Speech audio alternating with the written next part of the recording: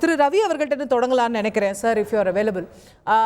முதல்ல நிறைய பேருக்கு நம்ம ஷேக் ஹசீனா பற்றி பேசுகிறோம். இன்னைக்கு பெரிய கிளர்ச்சி பார்த்தோம். முஜிபுர் ரஹ்மானோட சிலை மேலே ஏறி மாணவர்கள் நிற்கிறாங்க, பெரிய போராட்டம் பண்ணுறாங்க, இந்த காட்சிகள்லாம் பார்க்குறோம். பட் இதெல்லாம் ஏன் நடக்குது, பங்களாதேஷில் என்ன நடக்குது அப்படிங்கிற வரலாறோ இல்லை இதுக்கான காரணங்களோ நம்மள நிறைய பேருக்கு தெரிஞ்சிருக்காது. முதல்ல அதை பற்றி நேயர்களுக்காக ஒரு சின்ன இன்ட்ரடக்ஷன் கொடுத்தீங்கன்னா அதுக்கு பிறகு நம்மளுடைய விவாதத்துக்கு வசதியாக இருக்கும்னு நினைக்கிறேன். கண்டிப்பாக. இப்ப 1971 வந்து ஈஸ்ட் பாகிஸ்தானாக இருந்த பங்களாதேஷ் இப்போ சுதந்திர பங்களாதேஷாக மாறியது.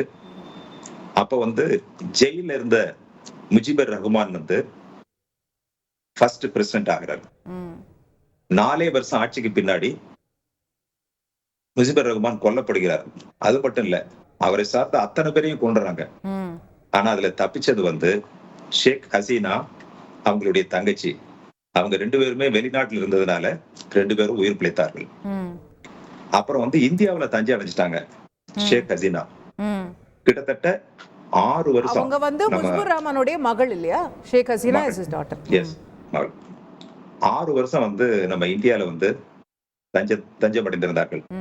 அதுக்கு பின்னாடி பங்களாதேஷ் போயிடுறாங்க. அங்க ஒரு சிச்சுவேஷன் கொஞ்சம் காமான பின்னாடி 1996 இவர்களுடைய கட்சி வந்து அவாமி லீக். இந்த அவாமி லீக் வந்து முஜிபுர் ரஹ்மான் ஆரம்பித்த கட்சி.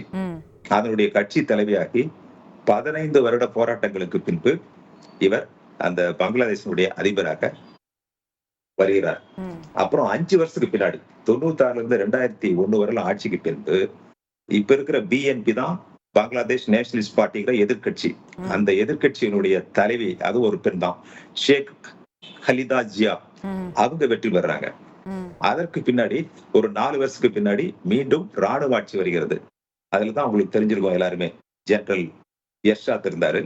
அப்புறம் 2009 மீண்டும் இந்த ஷேக் ஹசீனா ஆட்சியை பிடிக்கிறாங்க. 2009 ஆட்சியை பிடித்தவர்கள் இன்று வரை ஆட்சியில் இருந்திருக்காங்க. இன்னைக்கு வந்து ஆர்மி வந்து 45 நிமிஷத்துக்குள்ள நீங்க பதவி விலகல அப்படின்னா வேறு நடவடிக்கை எடுக்கப்படும் சொன்ன உடனே இவங்க பதவி விலகி ஹெலிகாப்டர்ல ஏறி, மிலிட்டரி ஹெலிகாப்டர்ல ஏறி நம்ம மிசோரத்தில் உள்ள அகர்தலாவுக்கு வந்துட்டு அங்கிருந்து லண்டன் போனதாக தகவல். இது ஏன் இந்த மாதிரி வந்துச்சு? இந்த வருஷம் ஜனவரி மாசம் தான் இந்த அவாமி லீக் பார்ட்டி வந்து வெற்றி பெற்று மீண்டும் ஷேக் ஹசீனா வந்து தேர்ந்தெடுக்கப்படுகிறார். இப்படி தொடர்ந்து 20 வருஷங்கள்ல வந்து அவங்க ஆட்சியில் இருக்காங்க. இப்படிப்பட்ட நிலைமையில ஒரு புதிய ஒரு ஜாப் கோட்டா கொண்டு வராங்க. இப்ப நம்ம ஊர்ல இருக்கிற சிவில் சர்வீஸ், ஐஏஎஸ், ஐபிஎஸ், இது மாதிரி அங்க இருக்கிற சிவில் சர்வீஸ்ல ஒரு கோட்டா. அது என்னன்னா 1971 போர்ல பங்கு பெற்ற வீரர்கள் மற்றும் சுதந்திர போராட்ட வீரர்களுடைய குடும்பங்கள், உறவினர்கள், இவர்களுக்கு ஒரு கோட்டா. இத வந்து மாணவர்கள் எதிர்த்தனர். அது மட்டும் இல்ல, இந்த பிஎன்பிங்கிற பங்களாதேஷனுடைய எதிர்கட்சிகளும் இதை வந்து எதிர்த்தன. இது வந்து ஸ்டூடெண்ட்ஸ் அகைன்ஸ்ட் டிஸ்கிரிமினேஷன் அப்படின்னு சொல்லி ஒரு இயக்கத்தை ஆரம்பித்து மாணவர்கள் இதுல பங்கேற்றாங்க. கடந்த ஜூலை மாசம் வந்து போராட்டம் மிக தீவிரமடைந்தது. அதுல கிட்டத்தட்ட 300 மாணவர்கள் மற்றும் பொதுமக்கள் கொல்லப்பட்டார்கள். இது வந்து மிகப்பெரிய ஒரு தாக்கத்தை ஏற்படுத்தியது. அப்புறம் கொஞ்ச நாள் அடங்கி இருந்தது. திடீர்னு பாத்தீங்கன்னா இந்த லாஸ்ட் வீக்ல என்னாச்சுன்னா, ஷேக் ஹசீனா வந்து இந்த வன்முறைக்கு மன்னிப்பு கேட்க வேண்டும் அப்படிங்கிற ஒரே ஒரு கோரிக்கை தான் முன்வச்சாங்க.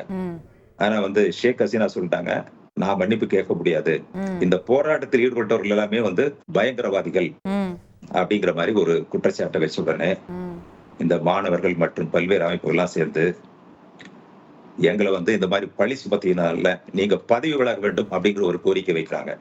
கோரிக்கை வச்சுட்டு மார்ச் டு தாக்கா அப்படிங்கிற மார்ச்சை வந்து 4 நாளைக்கு முன்னாடி ஸ்டார்ட் பண்றாங்க. அப்ப எல்லா பக்கம் பயங்கர கலவரம்.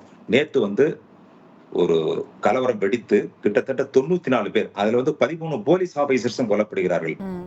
இதான் வந்து டேர்னிங் பாயிண்ட் நேத்து.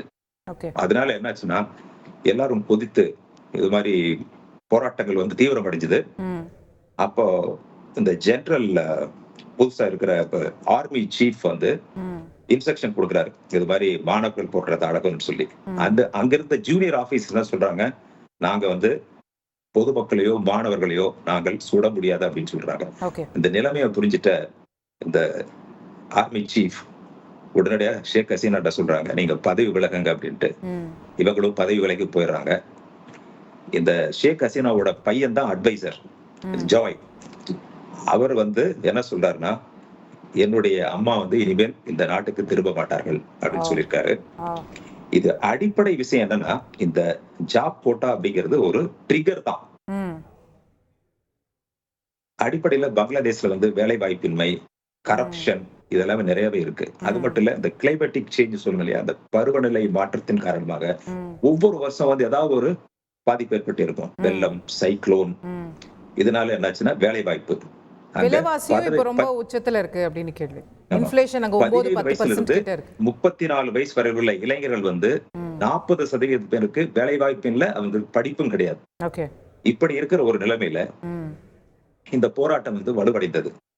அது மட்டும் இல்ல, இன்னொரு விஷயம் என்னன்னா, அந்த அப்போசிஷன் பார்ட்டி பங்களாதேஷ்ல இருக்கிற மக்கள் என்ன நினைச்சாங்கன்னா, ஷேக் ஹசீனா வந்து நம்முடைய இந்தியாவிற்கு ரொம்ப நட்பு நாடா இருக்கிறாங்க. அவங்க வந்து பங்களாதேஷ் மக்களுக்கு நட்பாக இருக்கணுமே ஒழிய ஷேக் ஹசீனாவுக்கு நட்பா இருக்க கூடாது அப்படிங்கிற ஒரு வாதத்தையும் அங்க முன் வச்சாங்க. இதனால வந்து ஆன்டி இந்தியா சென்டிமெண்ட்ஸ் வந்து அங்க இருக்கிற போராட்டக்காரர்களுக்கு மத்தியில் இருக்கு. அது ஒரு நெகட்டிவ் பாயிண்ட். ஷேக் ஹசீனாவை கிட்டத்தட்ட நம்ம ஊர்ல வந்து இந்திரா காந்தியோட நம்ம ஒப்பிட்டு பார்க்கலாமா? எப்படி நேரு முதல் பிரதமரா இருந்தாரு, நேருடைய மகள் அதுக்கப்புறம் ஒரு லெகசியா வந்து பல ஆண்டுகள் இந்தியாவை ஆண்டாங்களோ, அந்த மாதிரி முஜிபுர் ரஹ்மானுடைய மகள்ங்கிற ஒரு லெகசி தொடர்ந்து அங்க வந்து ஆட்சி ரொம்ப ஒரு பவர்ஃபுல்லான லீடரா இருக்காங்க. அப்படி ஒப்பிடலாமா? நம்ம வந்து ரெண்டு பேர்த்த எப்பவுமே கம்பேர் பண்ண முடியாது. பங்களாதேஷ் வேற, இந்தியா வேற. நம்ம இந்தியா வந்து அடிப்படையில ஒரு democratic country, secular country. Bangladesh கான்ஸ்டிடியூஷன்ல வந்து சோசியலிஸ்ட் கண்ட்ரின்னு தான் இருக்கு. ஆனா வந்து இஸ்லாம் வந்து ஒரு ரிலிஜியனா வந்து 1988ல வந்து டிக்ளேர் பண்ணிட்டாங்க. இங்க வந்து மிலிட்டரி ரூல் மாறி மாறி வந்ததுனால ஒரு சரியான ஆட்சி முறை வந்து பங்களாதேஷ்ல இல்ல. நம்ம இந்தியால வந்து பாத்தீங்கன்னா ட்ரெடிஷன் டெமோக்ரஸி எப்பவுமே வந்து மக்களுடைய பிரதிநிதிகளுக்கு தான் வந்து உண்மையான ஒரு அதிகாரம் இருக்கு. அங்க வந்து மிலிட்டரி ரூல், அப்புறம் வந்து இந்த மாதிரி தேர்தல் நடந்து வர்றது, இப்படி மாறி மாறி வர்றதுனால பல்வேறு பிரச்சனைகள். அடிப்படையில் என்னன்னா அன்எம்ப்ளாய்மெண்ட், கரப்ஷன், கிளைமேட்டிக் சேஞ்சஸ். இதன் காரணமாக மக்கள் வந்து ஒரு போராட்ட உணர்வோடு இருந்ததுல இந்த ஜாப் கோட்டா வந்து அப்படியே ஒரு தீக்குச்சியை வச்சு பத்த வைக்கிற மாதிரி ஒரு அது ஒரு ட்ரிகர் தான். அதுக்கு பின்னாடி நிறைய காரணங்கள் இருந்திருக்கு அப்படின்றீங்க. நம்ம பேசுவோம் அதெல்லாம் பத்தி. செய்திகளை உடனுக்குடன் தெரிந்து கொள்ள உடனே சப்ஸ்கிரைப் பண்ணுங்க.